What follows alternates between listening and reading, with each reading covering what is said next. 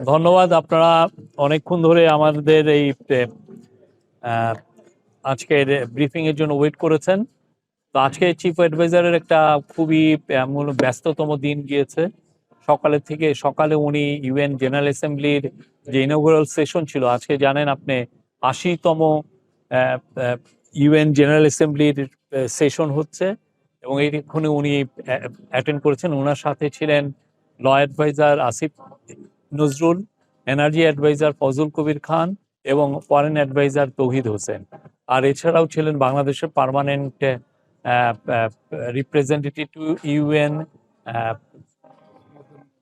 সালাউদ্দিন নোমান চৌধুরী, তারপরে আমাদের SDG coordinator এবং সিনিয়র সেক্রেটারি লামিয়া মোর্শেদ এবং আরেকজন ছিলেন কি, এনারা ছিলেন। আর আজকে এই ইউএন জেনারেল অ্যাসেম্বলির সাইড লাইনে ওনার অনেকগুলো মিটিং হয়। প্রথম উনি অন দা মিটিংয়ে ঢোকার মুহূর্তেই উনি যখন শুরু হওয়ার আগে ওনার সাথে চিলির ফর্মার প্রেসিডেন্ট মিশেল ব্যাশেলে, উনি আপনি জানেন উনি ইউএনের হিউম্যান রাইটস অফিসেরও প্রধান ছিলেন, বাংলাদেশেও সফর করেছিলেন। মিশেল ব্যাশেলের সাথে কথাবার্তা হয়। ওনার সাথে WHO-র chief director general Tedros Adhanom, ওনার সাথে কথাবার্তা হয়। তারপরে ওনার সাথে অস্ট্রেলিয়ান প্রাইম মিনিস্টার অ্যান্থনি অ্যালবেনিজের সাথে বেশ কিছু সময় কথাবার্তা হয়। ওনারা এই পুরো মিটিংগুলোতে আমাদের আর তাদের মধ্যে যে মিউচুয়াল যেই ইস্যুগুলো আছে সেগুলো ছাড়াও ইলেকশনের বিষয় আসে, রিফর্ম আসে এবং বিশেষ করে অ্যান্থনি অ্যালবেনিজের সাথে বাংলাদেশি যে কমিউনিটি অস্ট্রেলিয়ায় আছে তাদের বিষয়েও আলাপ হয়। উনি চিফ অ্যাডভাইজারকে জানিয়েছেন যে উনার যেটা কনস্টিটিউয়েন্সি ওইখানে অনেক বাংলাদেশি অরিজিন অস্ট্রেলিয়ান নাগরিক আছেন এবং তাদের ২১শে ফেব্রুয়ারির অনুষ্ঠানে উনি জয়েন করেছেন এর আগে একবার। এছাড়া উনার সাথে WTOর ডিরেক্টর জেনারেল এনগোজি ইয়োলা সাথে কথাবার্তা, একটা ভালো মিটিং হয়েছে। ওয়ার্ল্ড ব্যাংকের প্রেসিডেন্ট অজয় বাঙ্গার সাথে মিটিং হয়েছে এবং কুইন ম্যাক্সিমা অফ নেদারল্যান্ডের কুইন, তার সাথে কথা হয়েছে। এনগোজি ইয়োলার সাথে মূলত কথা হয়েছে WTOর যে রিফর্ম, আমরা গ্লোবাল সাউথের একটা রিপ্রেজেন্টেটিভ হিসাবে আমরা WTO রিফর্ম আমরা চাচ্ছি। WTO আপনি জানেন যে খুবই একটি ইম্পর্টেন্ট একটা গ্লোবাল অর্গানাইজেশন, তার আন্ডারেই আসলে গ্লোবাল ট্রেডের 75% অফ দ্য ট্রেড তারা গভর্ন করে, তাদের রুলস দ্বারা গভর্ন হয়। এবং সেখানে WTOর উনি সাপোর্ট চেয়েছেন বাংলাদেশের LDC গ্র্যাজুয়েশনের সময়। আমাদের তো বেশ কিছু ইস্যু আছে। আমাদের LDC গ্র্যাজুয়েশন আপনি জানেন 2026 সালের শেষের দিকে আমাদের LDC গ্র্যাজুয়েশন হওয়ার কথা এবং যদিও আমাদের বিজনেসম্যানরা এই বিষয়ে ডিলে করার কথা বলছেন। এবং তার সাথে আলাপ হয় যে এলডিসি গ্র্যাজুয়েশনের জন্য যদি আমাদের তো কিছু বিভিন্ন দেশে আমরা প্রিফারেন্সিয়াল ট্রেড এক্সেস পাই, ডিউটি ফ্রি এক্সেস পাই, সেই প্রিফারেন্সিয়াল ট্রেড এক্সেস যাতে আমাদের অ্যাফেক্টেড না হয় সেই জন্য আমরা WTOর হেল্প চেয়েছি। আর অজয় বাঙ্গার সাথে বাংলাদেশের ইলেকশন নিয়ে কথাবার্তা হয়। উনি আবারও জানিয়েছেন ফেব্রুয়ারির প্রথমার্ধে ইলেকশন, এই ইলেকশনের জন্য কি কি আমরা মেজার নিচ্ছি সেগুলো কথা হয়েছে। এছাড়া আমাদের ইকোনমিক রিফর্মগুলো সামনের মাসগুলোতে কি কি রিফর্ম হবে, কি কি কোথায় ফোকাস হচ্ছে সেগুলো নিয়ে আলাপ হয়। চিফ অ্যাডভাইজার জানিয়েছেন যে আমাদের বাংলাদেশের থেকে যে $234 বিলিয়ন শেখ হাসিনার আমলে সাইফন অফ হয়ে গেছে, যারা চুরি করে নিয়ে গেছে, তো সেই টাকাটা ফেরানো তার একটা বড় একটা প্রায়োরিটি, সেই বিষয়ে উনি আলাপ হয়েছেন। আপনি জানেন ওয়ার্ল্ড ব্যাংক এগুলো ক্ষেত্রে যথেষ্ট এক্সপার্টিজ আছে, তারা এগুলো ব্যাপারে হেল্প করে। তারপরে বাংলাদেশের ব্যাংকিং সেক্টর রিফর্ম এবং ফিসকাল রিফর্ম এগুলো বিষয়েও তার সাথে আলাপ হয়। কুইন ম্যাক্সিমার সাথে আলাপ হচ্ছে যে আপনি জানেন উনি হচ্ছেন ইউএন এর special advocate on financial inclusion, financial বিষয়ে উনি গ্লোবাল যে ফিনান্সিয়াল ইনক্লুশন একটা খুবই বড় ইস্যু। আপনি জানেন যে ব্যাংকগুলো, গ্লোবাল ব্যাংকগুলো ছোট যারা একটু গরিব জনগোষ্ঠী তাদেরকে ফিনান্সিয়ালি ইনক্লুড করতে চায় না এবং তাদের প্রতি এক ধরনের সিস্টেমেটিক বায়াসনেস কাজ করে এগেনস্টে। তো এই বিষয়ে তারা দুইজনে আলাপ করেছেন। প্রফেসর ইউনূস তার সারা জীবনই মাইক্রো ক্রেডিট নিয়ে কাজ করেছেন, সোশ্যাল বিজনেস নিয়ে কাজ করেছেন। উনি মিটিংয়ে জানিয়েছেন যে কিভাবে বাংলাদেশে ফিনান্সিয়াল ইনক্লুশন বাড়ানোর জন্য এই গভর্নমেন্ট কি কি কাজ করছে এবং সামনে আরো কি কি পদক্ষেপ নিবে সে বিষয়ে আলাপ হয়েছে। এছাড়া একটা উনি গতকাল আপনারা জানেন যে এসডিজির উনি অ্যাওয়ার্ড পেয়েছেন। আজকে বাংলাদেশে আরো দুই একটা বিষয়ে ওনার মিটিং আছে। আর আজকে বিকাল বেলায় ওনার মিটিং আছে প্যারিসের যিনি মেয়র, তার সাথে ওনার একটা মিটিং আছে। এবং এছাড়াও দুইটা উনি এনপিআর, আপনি জানেন আমেরিকার ন্যাশনাল পাবলিক রেডিও হচ্ছে আমেরিকার সবচাইতে মোস্ট ইম্পর্টেন্ট একটা নিউজ আউটলেট গুলোর একটা, তার সাথে ওনার একটা সাক্ষাৎকার আছে। এবং জেটিওর মেহেদী হাসান, আপনি জানেন মেহেদী হাসানকে সবাই ফলো করেন আমাদের দেশেও অনেকে, তার সাথেও একটা ইন্টারভিউর কথা আছে। আপনি আর পলিটিক্যাল পার্টি একটা ডেভেলপমেন্ট আছে, এটা আজাদ মজুমদার বলছেন।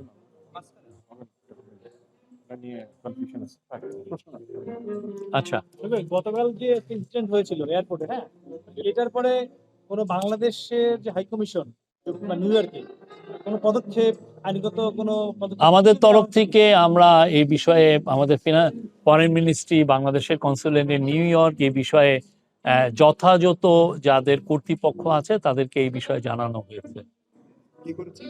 আমরা ওদের যে যথাযথ যে কর্তৃপক্ষ তাদেরকে আমরা জানিয়েছি।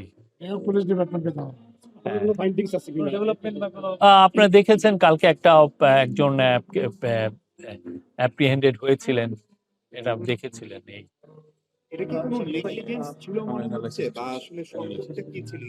আমরা এই বিষয়ে একদম স্পষ্ট একটা বিবৃতি দিয়েছি। আমরা আপনাদেরকে আহ্বান করব বিবৃতিটা আবার একটু পড়বেন। 26 তারিখে স্যার যে বক্তব্য রাখবেন সেইখানে মূলত কোন বিষয়টা ফোকাস থাকবে, মানে বিশ্ব নেতাদেরকে উনি এবার কি বার্তা দিতে চান? না, একটা প্রথম কথা হচ্ছে যে ইন্টারিম গভর্নমেন্ট গত 14 মাস ধরে কি কি কাজ করলো, কি কি রিফর্মের কাজ করেছে, বাংলাদেশের যে গত 14টা মাস কত চ্যালেঞ্জিং ছিল এবং সেই বিষয়ে এই চ্যালেঞ্জগুলো উত্তরণের জন্য এই গভর্নমেন্টের কি কি কাজ করেছে, ইলেকশনের প্রিপারেশনটা আমাদের কিরকম, প্লাস হচ্ছে গ্লোবাল যে জিও পলিটিক্যাল যে অনেকগুলো ইস্যু সেগুলো নিয়ে কথা বলবেন। রোহিঙ্গার ইস্যু থাকতে পারে, তো অনেকগুলো যেগুলো আমরা আমাদের গভর্নমেন্টের যে কাজ, তারপরে ট্রায়ালের বিষয়ে আসবে। রিফর্ম, ট্রায়াল এবং ইলেকশন তো আমাদের তিনটা প্রধান কাজের অন্যতম তিনটা প্রধান কাজ, সেগুলো বিষয়ে আসবে। প্লাস হচ্ছে যে উনার গ্লোবাল যে লিডারদেরকে উনার পার্সোনাল কিছু মেসেজ আছে সেগুলো উনি রাজনৈতিক নেতৃত্বরা আসছেন, একটা নতুন ঘটনা, তারা এসছেন। তারা তো আমাদের দেখেন জুলাই অগাস্টে যেই গত বছর যে গণ অভ্যুত্থান হয়েছে, সেই গণ অভ্যুত্থানের মূল অংশীজন হচ্ছে এই পলিটিক্যাল পার্টির। তো সেই জন্যই প্রফেসর ইউনূস এনাদেরকে ইনভাইট করেছেন যে আসেন, আমরা নিউ ইয়র্কে যাচ্ছি।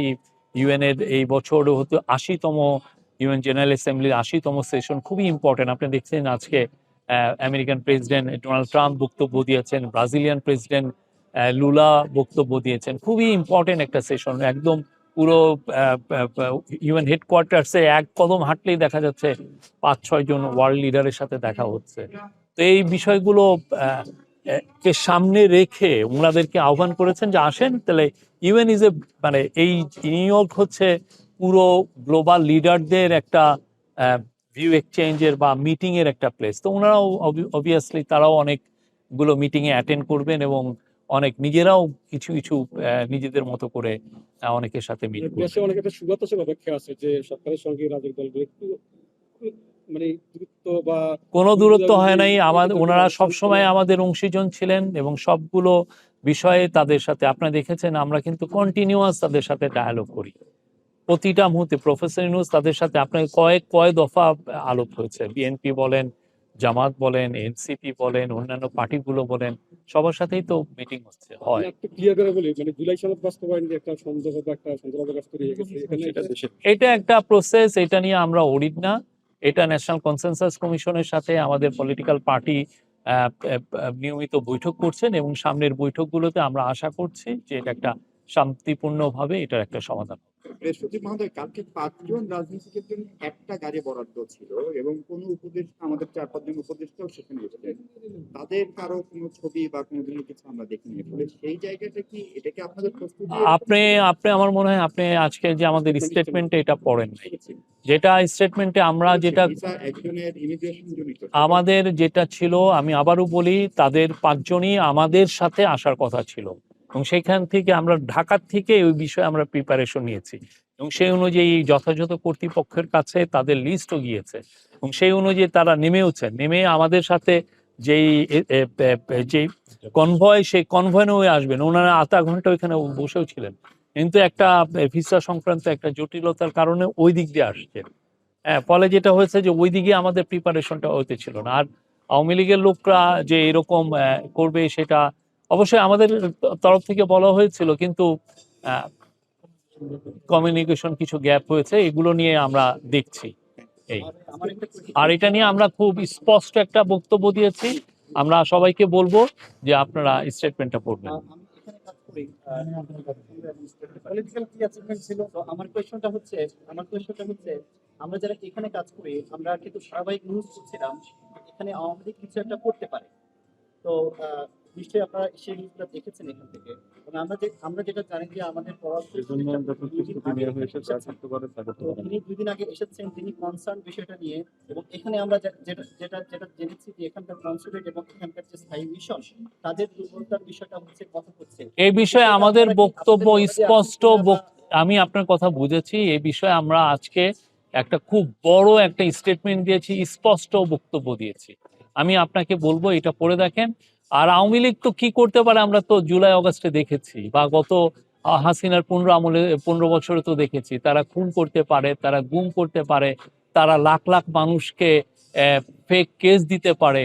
তারা হেন কোনো অপকর্ম নাই যে তারা করতে পারে না। এখন দেখেন, তার কোনো বন্ধু নাই, তারা কোথায় গিয়ে থেকেছে। হ্যাঁ, রাস্তার ছেঁচড়াদের মতো তাদের অবস্থা।